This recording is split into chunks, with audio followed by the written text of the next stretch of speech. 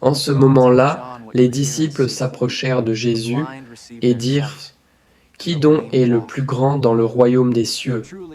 Jésus, ayant appelé un petit enfant, le plaça au milieu d'eux et dit: Je vous le dis en vérité, si vous ne vous convertissez et si vous ne devenez comme les petits enfants, vous n'entrerez pas dans le royaume des cieux.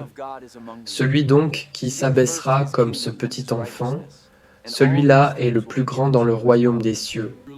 Et quiconque reçoit en mon nom un petit enfant comme celui-ci, me reçoit moi-même. Prenez garde de mépriser un seul de ces petits, car je vous dis que leurs anges dans les cieux voient continuellement la face de mon Père qui est dans les cieux. Si ton frère a péché, va et reprends-le entre toi et lui seul. S'il t'écoute, tu as gagné ton frère. Alors Pierre s'approcha de lui et dit: Seigneur, combien de fois pardonnerai-je à mon frère lorsqu'il péchera contre moi? Jusqu'à 7 fois? Jésus lui dit: Je ne te dis pas jusqu'à 7 fois, mais jusqu'à 70 fois 7 fois. Lorsque Jésus eut achevé ses discours, il partit de la Galilée et alla dans le territoire de la Judée, au-delà du Jourdain. De grandes foules le suivirent, et là il les guérit. Les pharisiens l'abordèrent et dirent, pour l'éprouver: Est-il permis à un homme de répudier sa femme pour une cause quelconque? Il répondit: N'avez-vous pas lu que le Créateur, au commencement, fit l'homme et la femme, que l'homme donc ne sépare pas ce que Dieu a joint? Alors on lui amena des petits-enfants, afin qu'il leur imposât les mains, et pria pour eux. Mais les disciples les repoussèrent. Et Jésus dit: Laissez les petits-enfants et ne les empêchez pas de venir à moi, car le royaume des cieux est pour ceux qui leur ressemblent. Car le royaume des cieux est semblable à un maître de maison qui sortit dès le matin afin de louer des ouvriers pour sa vigne. Il convint avec eux d'un denier par jour et les envoya à sa vigne.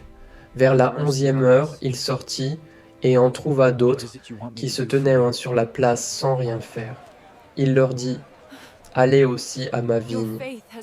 Quand vint le soir, le maître de la vigne dit à son intendant: Appelle les ouvriers et paie-leur le salaire, en allant des derniers aux premiers. Ainsi les derniers furent les premiers, et les premiers furent bien les derniers. Jésus, montant à Jérusalem, prit à part les 12 disciples, et leur dit en chemin ce qui lui arriverait. Lorsqu'ils approchèrent de Jérusalem, et qu'ils furent arrivés à Bethphagée, vers la montagne des Oliviers, Jésus envoya 2 disciples, en leur disant: Allez au village qui est devant vous. Vous trouverez aussitôt une ânesse attachée et un ânon avec elle. Détachez-les et amenez-les-moi. Les disciples allèrent et firent ce que Jésus leur avait ordonné. Ils amenèrent l'ânesse et l'ânon, mirent sur eux leurs vêtements et le firent asseoir dessus. La foule criait: Hosanna au fils de David! Béni soit celui qui vient au nom du Seigneur. Jésus entra dans le temple de Dieu.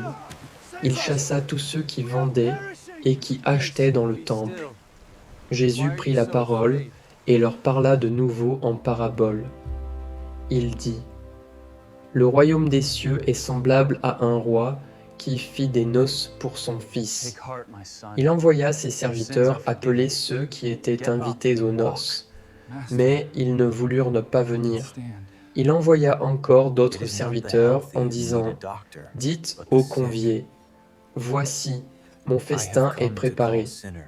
Mais, sans s'inquiéter de l'invitation, ils s'en allèrent, celui-ci à son champ, celui-là à son trafic. Et les autres se saisirent des serviteurs, les outragèrent et les tuèrent. Le roi se mit en colère. Il envoya ses troupes, fit périr ses meurtriers, et brûla leur ville. Alors il dit à ses serviteurs: Les noces sont prêtes, mais les conviés n'en étaient pas dignes. Allez donc dans les carrefours, et appelez aux noces tous ceux que vous trouverez. Ses serviteurs s'en allèrent dans les chemins, rassemblèrent tous ceux qu'ils trouvèrent, méchants et bons, et la salle des noces fut remplie de convives. Le roi entra pour voir ceux qui étaient à table, et il aperçut là un homme qui n'avait pas revêtu un habit de noces. Il lui dit : « Mon ami, comment es-tu entré ici sans avoir un habit de noces ? » Cet homme eut la bouche fermée. Alors le roi dit aux serviteurs : « Liez-lui les pieds et les mains, et jetez-le dans les ténèbres du dehors.